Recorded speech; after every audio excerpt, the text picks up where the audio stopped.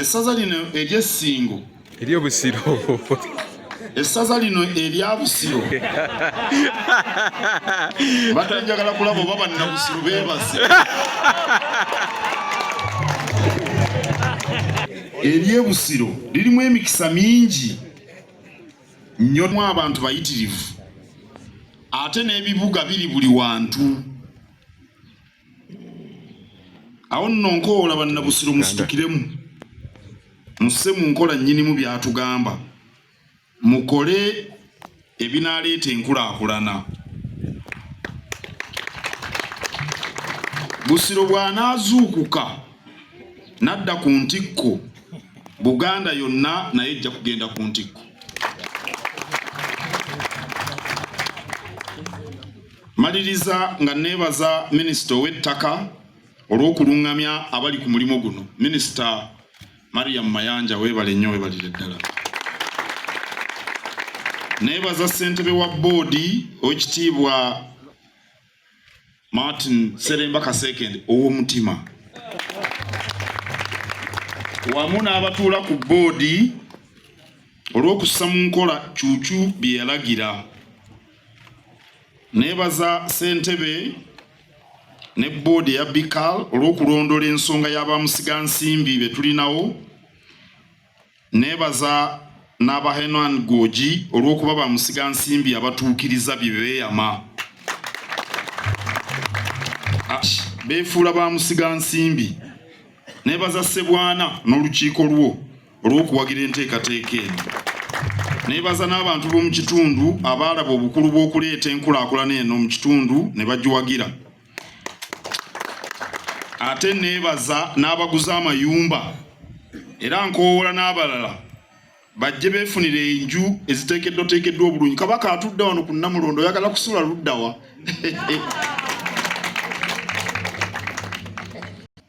I would like to express our appreciation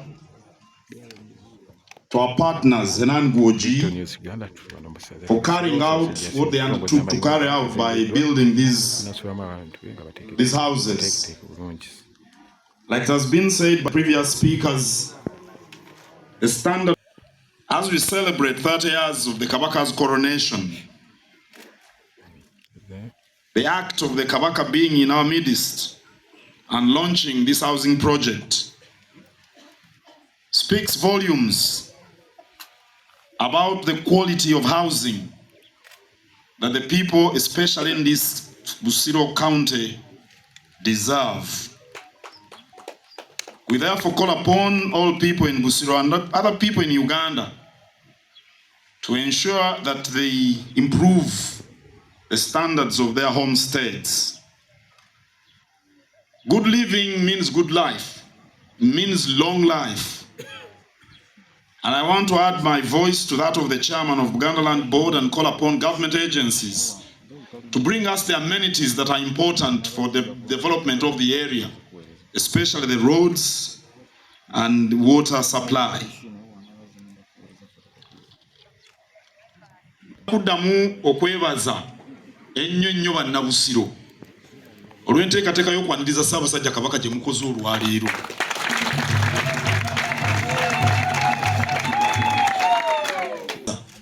Nga bakoze enteekateeka nnamutaayika ey'essaza, buli mwogezi nga ngamba kimu nti baagala kulaba Ssaabasajja Kabaka. Ka Ssaabasajja Kabaka wuuno ali ku Namulondo.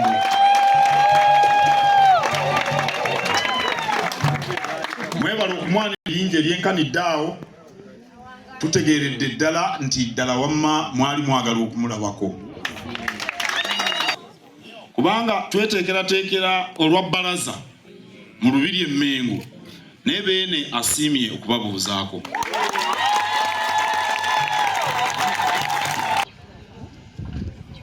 Owessaza Ssebwana, ssentebe wa Buganda Land Board, ssenkulu wa Goji Group, bannaddiini, LC5 owa Wakiso District, abakulembeze b'ebitongole bya gavumenti eya wakati,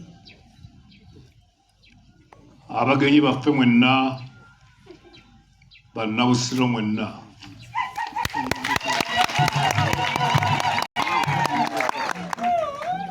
okusooka tusanyusa nnyo okubalabako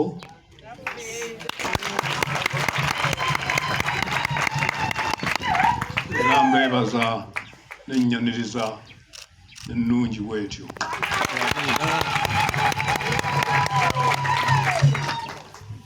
Twebaza ekitongole ky'Obwakabaka ekikola ku nsonga z'ettaka ekya Buganda Land Board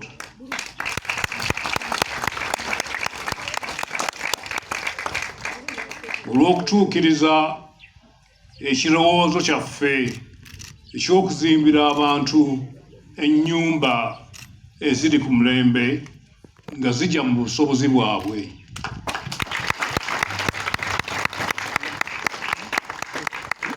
Twebaza ne bannaffe aba Gwoji Group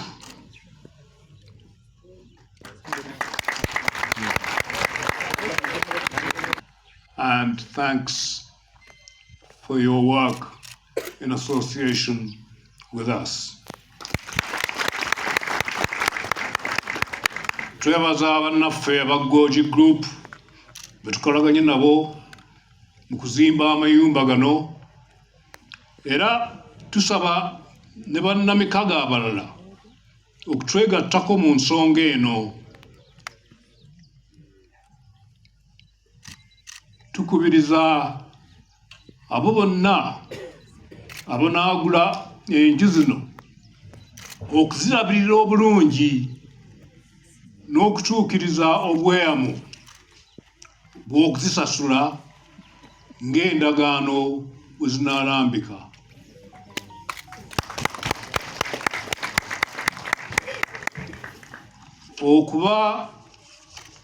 Okuba n'ennyumba ezisulwamu era nga zitegekeddwa bulungi, eryo liba ddembe lya buli muntu.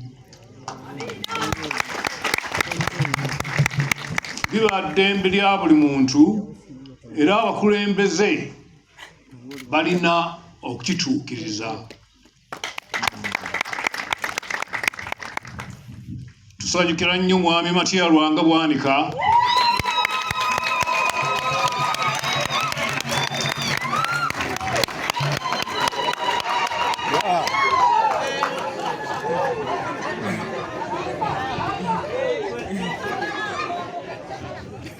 n'olukiiko lwa district ey'e Wakiso okulwanirira obutonde bw'ensi.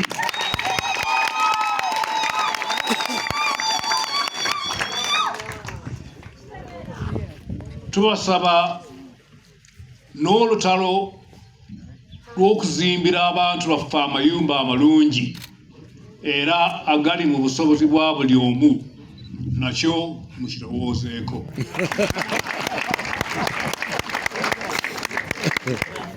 Twebaza Ssebwana n'olukiiko lwe, Sekende ne Buganda Land Board.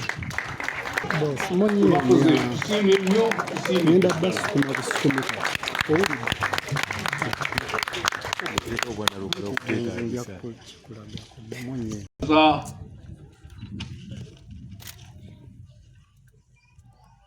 njagala okwebazaamu ak'ensusso amakula agavudde mu bannabusiro. Amakula ago gabadde masufu.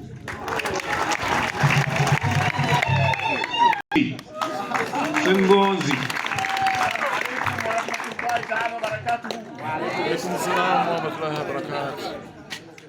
Supreme Kadi wa Wakiso District olw'ebigambo ebirungi era ebikulu byayogedde olwaleero. Weebale nnyo Sheikh.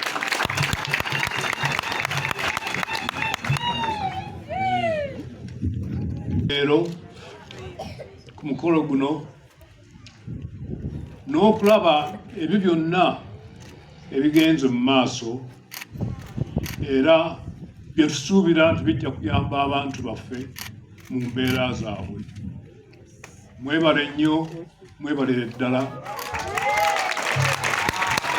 Bazaabo bonna abadde beenyigidde mu mulimu gw'okutandika omulimu guno era tusuubira bingi nnyo mu biseera eby'omu maaso. Mwebale nnyo, mwebalire ddala. Twongere ku ngalo nga twebaza Ssaabasajja Kabaka.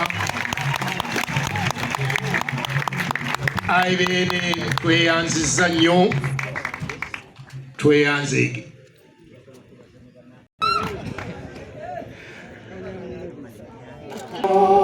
Yasiimye nnyo olwa Buganda yaffe, ekitiibwa kya Buganda kyava takikumenga.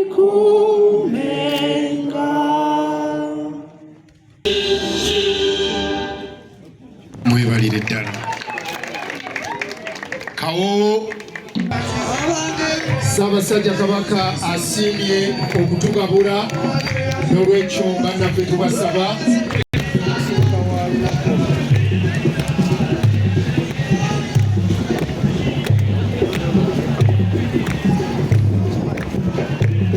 News Uganda tuli wano musaza ly'e Busiro, Ssaabasajja amaze okulongooza amayumba g'abantu be.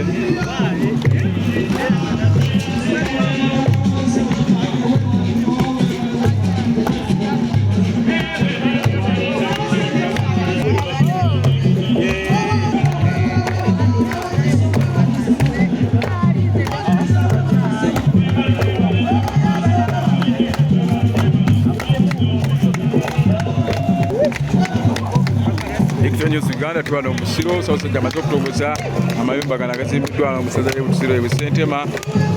Kati News Uganda Katikkiro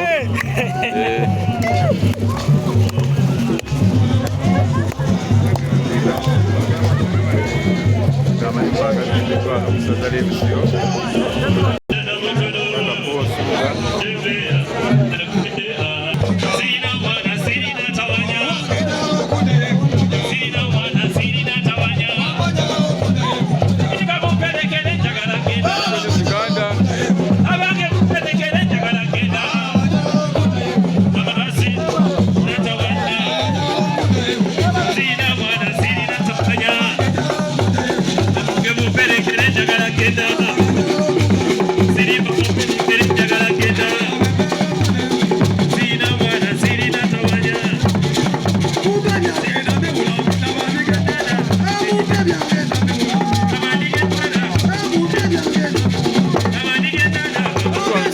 Ssaabasajja amaze okutongoza amayumba agateekeddwa obulungi ate abantu beefunira nga ebyo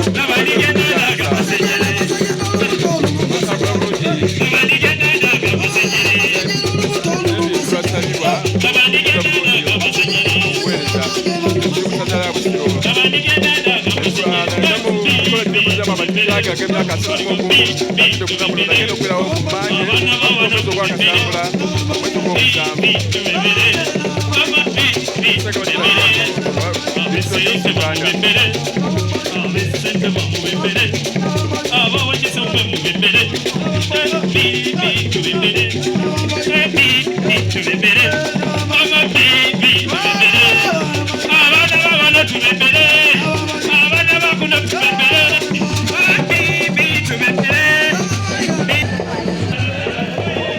wano Ssentema mu Busiro wazimbiddwa amayumba gano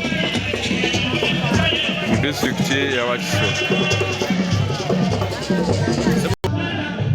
Ssaabasajja batongozza wano amayumba gano obutongole butandika okukozesebwa abantu be nga basulamu wano.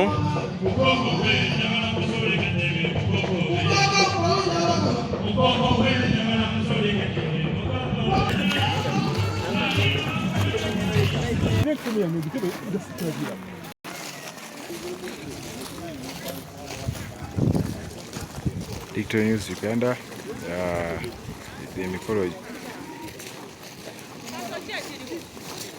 abasajja amaze okutongoza amayumba gano. News Uganda Ssaabasajja wano musaza ly'e Busiro. Kuno